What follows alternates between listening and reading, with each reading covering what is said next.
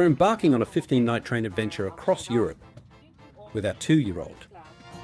Over the next couple of weeks, we'll be staying in 5 different cities across the Netherlands, Germany, and the Czech Republic, and Austria, hopping between them mostly by train. Our first stop is Amsterdam, where we'll be spending 3 nights, giving us 2 full days to explore the city. We flew with KLM from Manchester Airport to Schiphol, which is only about 25 minutes from central Amsterdam. However, our experience at immigration was frustrating. The queue took about 60 minutes, felt incredibly chaotic, and there were only 2 officers handling non-EU passports. To make matters worse, a rude immigration officer definitely didn't help the mood. He was probably a Max Verstappen fan. But we made it through, headed straight to our hotel, ordered Uber Eats, then collapsed into a well-earned rest, ready to explore Amsterdam first thing in the morning.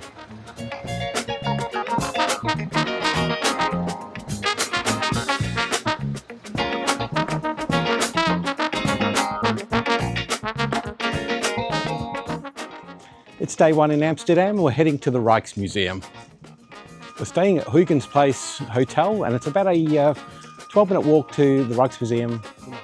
Walking from Huygens Place Hotel toward the Rijksmuseum, you pass through Amsterdam's museum quarter. Tree-lined streets, historic townhouses, and cafes surround the museum quarter, with Vondelpark just steps away. It's a great area to stay with kids, away from the hustle and bustle. We booked our tickets online and locked in a 10 a.m. start. It's the best way to skip the lines, as we found that the queues were much longer later in the day. Adult tickets start at €27 for the standard online ticket, with free admission for under 18s. Buying online will also guarantee entry and avoid disappointment at peak times. Stepping in the Rijksmuseum today, we did what any sensible visitor with kids does first. We grabbed a coffee from the cafe. There's something about starting a museum trip with a bit of calm, and Henry wasted no time grabbing himself a juice and a slice of cake, while we ordered coffee and a pot of weak European tea. Once we'd warmed up, we drifted into the galleries, and the first thing that really caught Kat's and Julie's eyes was the pottery. The pottery collection showcases detailed Dutch delftware, alongside ceramics from further afield. Much of it is hundreds of years old.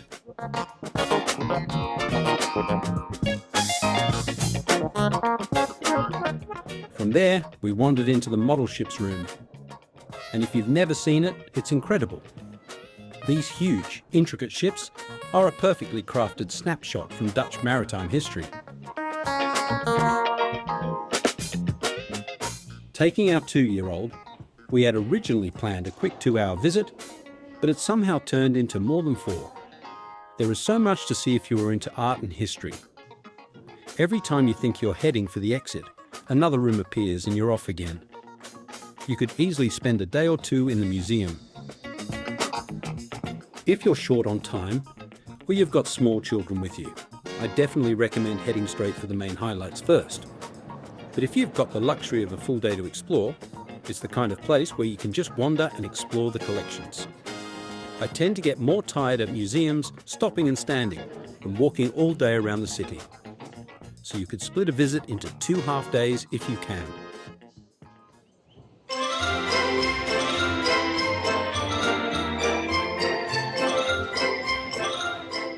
Right here on Museumplein, in front of the Rijksmuseum, you'll find the Christmas village. Every winter, this open-air market transforms the square into a winter wonderland, with wooden huts, ice skating, and mulled wine, of course. The Christmas village is home to over 45 festive stalls, full of handcrafted gifts and ornaments. However, my interest is focused more on the food and drink stalls. From traditional herring and fried fish to pancakes, Dutch smoked sausages, and even freshly shucked oysters, there is something for everyone. We started with the Dutch smoked sausages, which were delicious. Even the buns were heated in the smoker. We then decided to buy half a dozen oysters. These were freshly shucked and were on par with the ones we had at the Geneva Christmas markets a few weeks earlier, but much less expensive.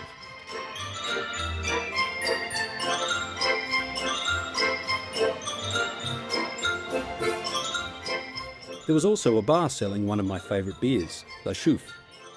A glass of beer sets you back between €6.50 and €7.50.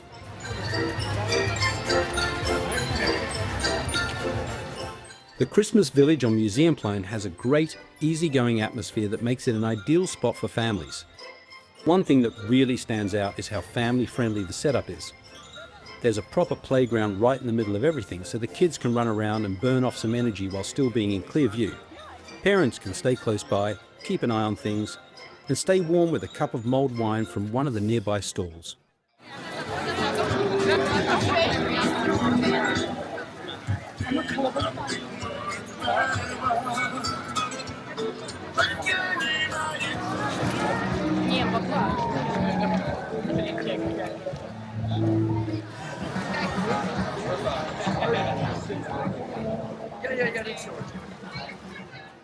Found it a much nicer experience than the UK Christmas markets, and was more affordable and surprisingly more atmospheric than the markets in Geneva. It's the kind of place where you can take your time. Let the kids play, wander between the stalls, and just enjoy the atmosphere without feeling rushed. Fire blanket with me in case my fire gets back there.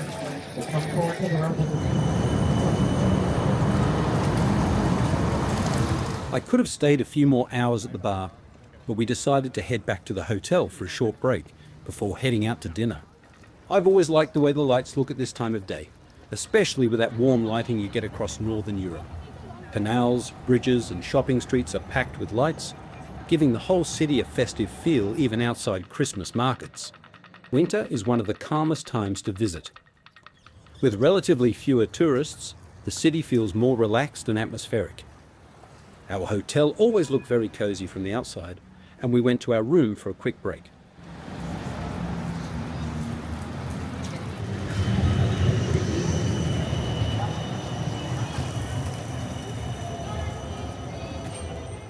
After a short rest, we headed out for a walk into the city centre and to look for somewhere to eat dinner.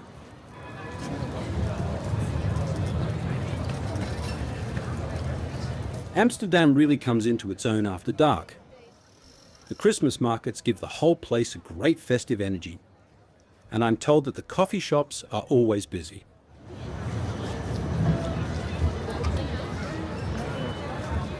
We originally hopped on a tram, but we got on the wrong one and decided to walk from the next stop. Febo is one of Amsterdam's most iconic quick bite spots. It's a wall of hot snacks where you just pop in a coin, open a little hatch and grab your snack. Perfect if you can't speak after a few beers. Being this close to Belgium, it's no surprise you'll find plenty of waffle shops around.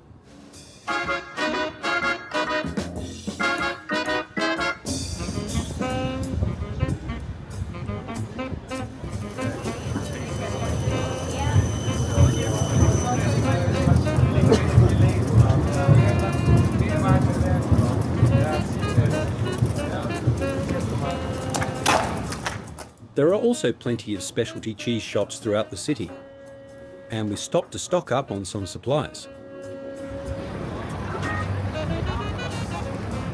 We eventually went for fondue and sausage for dinner. The fondue was made with Dutch cheese and was delicious. There's no shortage of sightseeing boats along the canals, from lively booze cruises to much more relaxed options. You can even grab a British-style hot dog, just like the ones we all know and love from back home. Who's turning down beans, chips and bacon, all piled on top of a hot dog?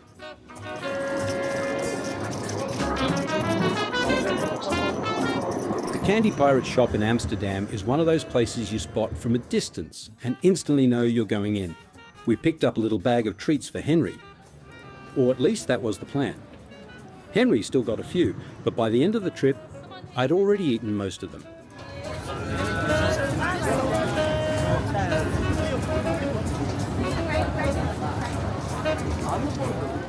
Amsterdam has a reputation for lively nights, but in the early evening it's actually a pretty relaxed and family-friendly place to wander. The city has a comparatively low crime rate for a major European capital, with most issues limited to petty theft rather than anything serious.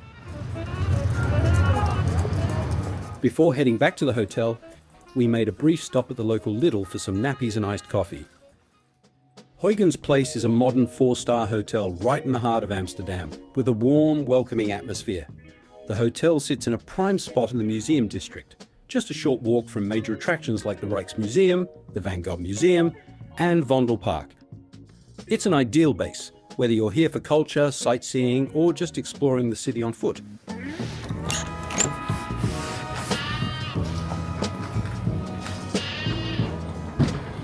The hotel features a charming garden and terrace area, a rare find in central Amsterdam. There's also a handy self-service shop inside, perfect for grabbing drinks or snacks whenever you need them. Rooms are modern and comfortable, and the friendly, helpful staff make you feel genuinely welcome from the moment you arrive.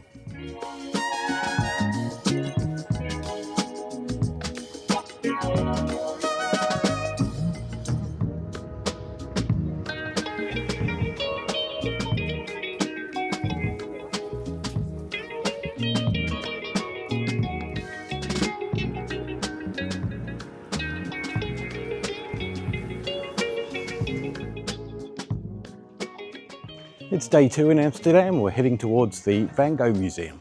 Could have done with a sleep in this morning, but we decided to book a 9:15 time slot into the Van Gogh Museum. But hopefully that'll allow us to do a bit more in the afternoon. We've got a lunch booked for 12 o'clock at the seafood bar. Not many people on the streets this morning. It's quite quiet. It is Sunday morning, I guess. Some very nice hotels around the museum quarter. I really like the look of this Conservatorium Hotel, I think it's called.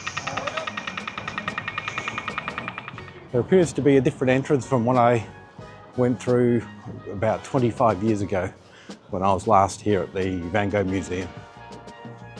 Here we are at the Van Gogh Museum.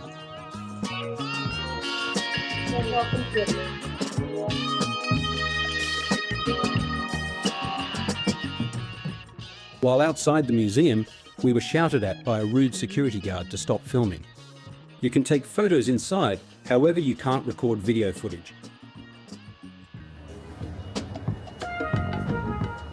So we all enjoyed our time at the Van Gogh Museum. The only downside was the initial security person who was very rude, but apart from that, everyone else was really nice and very helpful, especially the security people at the end.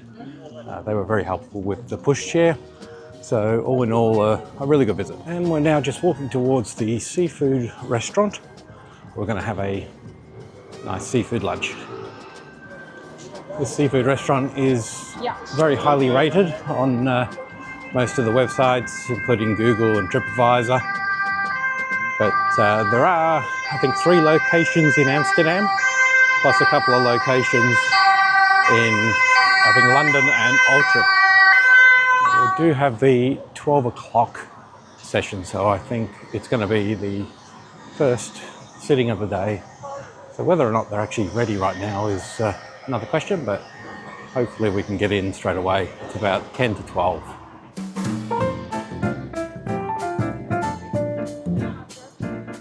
The seafood bar absolutely lived up to the hype. It was easily one of the best meals of our entire trip. It's not the cheapest spot in Amsterdam, but the food was incredible and the service was even better. The staff were so kind and really accommodating with Henry, which made the whole experience feel relaxed and welcoming.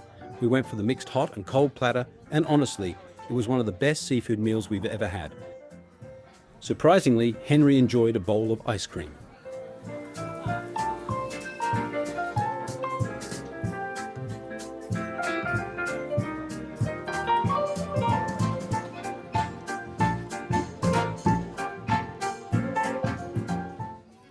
Vondelpark is Amsterdam's most famous green space, a huge 47-hectare urban park that's been part of the city since 1865.